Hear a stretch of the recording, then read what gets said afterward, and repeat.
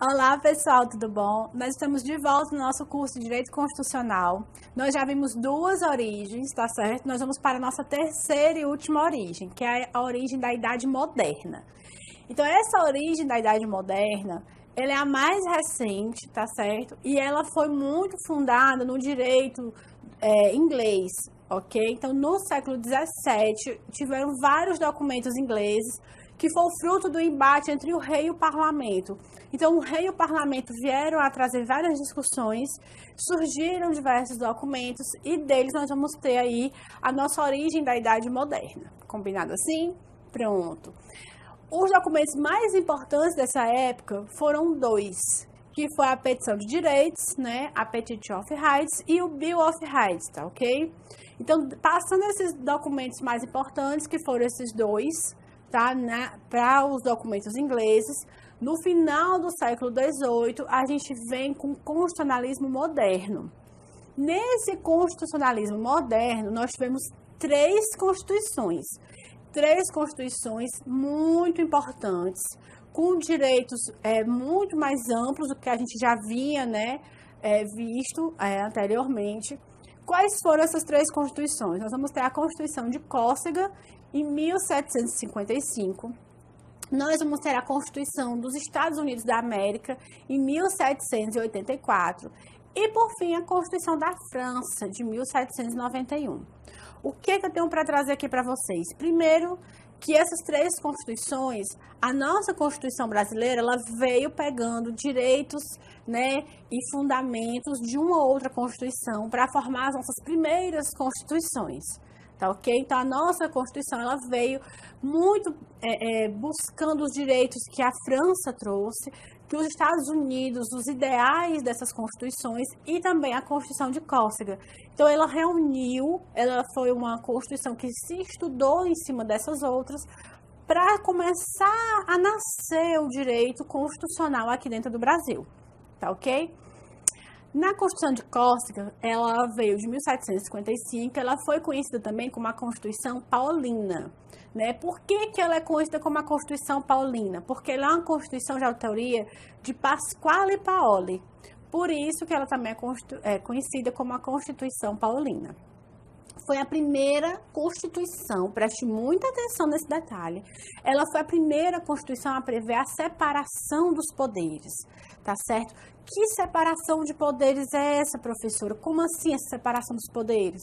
Então, o que essa Constituição ela trouxe? A ideia dela fundamental dentro da Constituição Paulina, que foi a Constituição de Córcega, qual a ideia fundamental dela?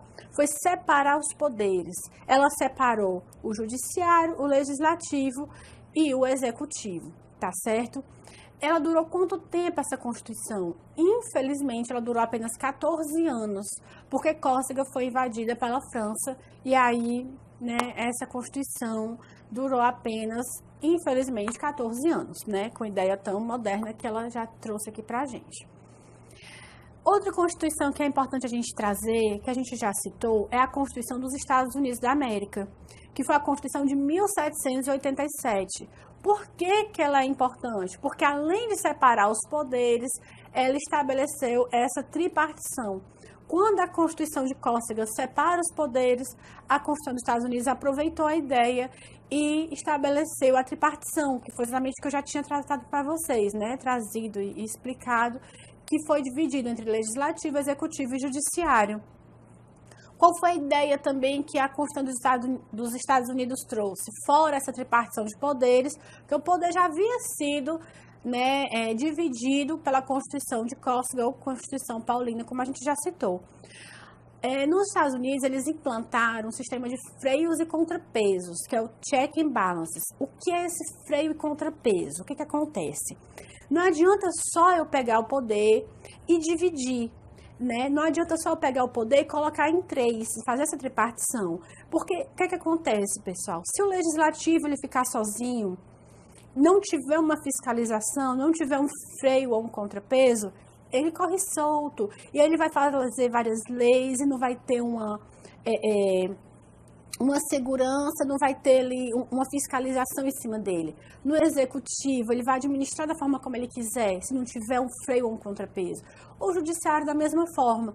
Então, esse freio e contrapeso veio para fazer o quê? Ele veio para fazer com que um poder fiscalize o outro, certo? Sem adentrar, né, na esfera do outro, ele não vai invadir o outro poder. O legislativo, ele fiscaliza o executivo e o judiciário. Ele tem os poderes típicos e atípicos do legislativo.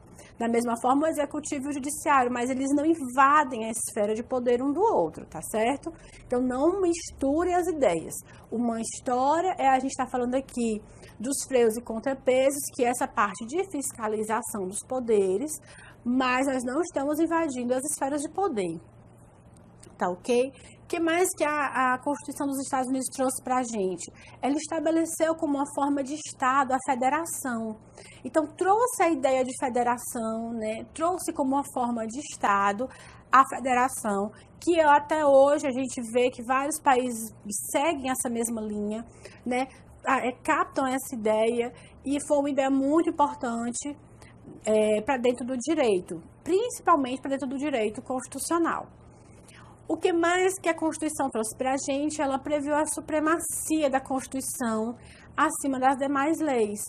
Pessoal, o que acontece? A gente sabe aqui, é muito claro esse nosso entendimento de que a nossa Constituição está acima das outras leis, certo? Hoje nós temos a ideia, que vai ser analisada em aulas futuras, do bloco de constitucionalidade. Nós temos a Constituição com as suas ideias originais, que é a Constituição originária, feita pelo poder originário. Temos a Constituição, as emendas constitucionais, que elas fazem parte da Constituição, tá ok? E que formam o bloco de constitucionalidade, assim como as leis de direitos, os tratados internacionais de direitos humanos. Então, os tratados internacionais de direitos humanos, quando aprovados por determinado quórum específico, que a gente vai tratar nas aulas para frente, ele passa a fazer parte desse bloco de constitucionalidade. Então, ali você tem um bloco de constitucionalidade formado por quê? Pela Constituição originária, pelas emendas constitucionais e pelos tratados internacionais de direitos humanos aprovados em quórum específico.